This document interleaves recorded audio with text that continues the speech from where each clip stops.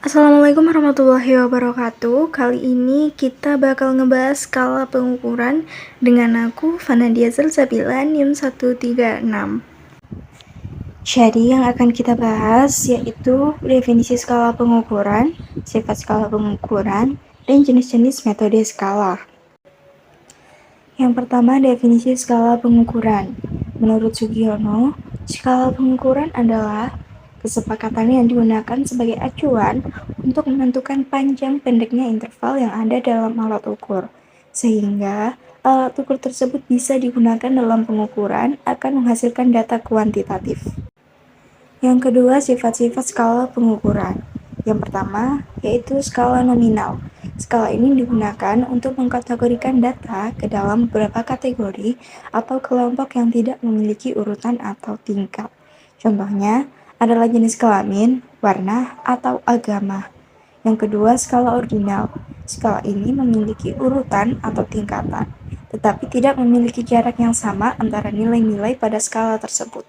Contohnya adalah peringkat kelas atau tingkat pendidikan. Yang ketiga, skala interval.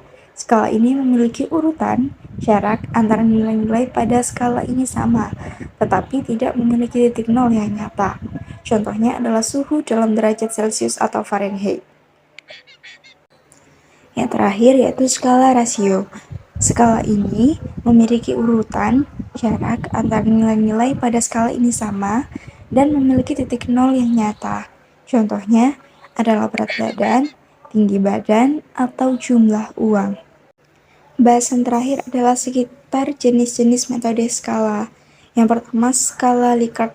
Skala ini biasanya digunakan dalam penelitian sosial untuk mengukur sikap, pendapat, dan persepsi. Responden diminta untuk memberikan respons mereka dengan memberikan nilai pada sebuah pernyataan yang biasanya terdiri dari 5 atau 7 pilihan jawaban seperti sangat setuju, setuju, netral, tidak setuju, dan sangat tidak setuju. Yang kedua, skala Guttman. Skala ini digunakan untuk mengukur sikap dan keyakinan.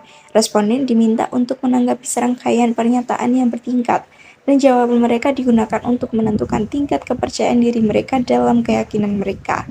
Yang ketiga, skala Thurston. Skala ini digunakan untuk mengukur sikap, keyakinan, dan pendapat. Responden diberikan serangkaian pernyataan atau kata yang mewakili suatu konsep atau topik dan diminta untuk menentukan tingkat persetujuan atau ketidaksetujuan mereka terhadap konsep tersebut. Yang keempat, skala semantik diferensial.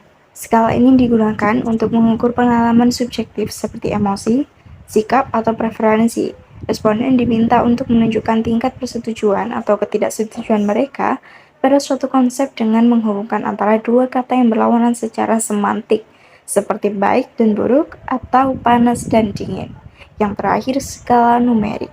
Skala ini biasanya digunakan dalam penelitian kuantitatif untuk mengukur variabel dengan angka atau ukuran numerik, seperti berat badan, tinggi badan, atau umur. Responden diminta untuk memberikan jawaban numerik pada pertanyaan yang telah diberikan.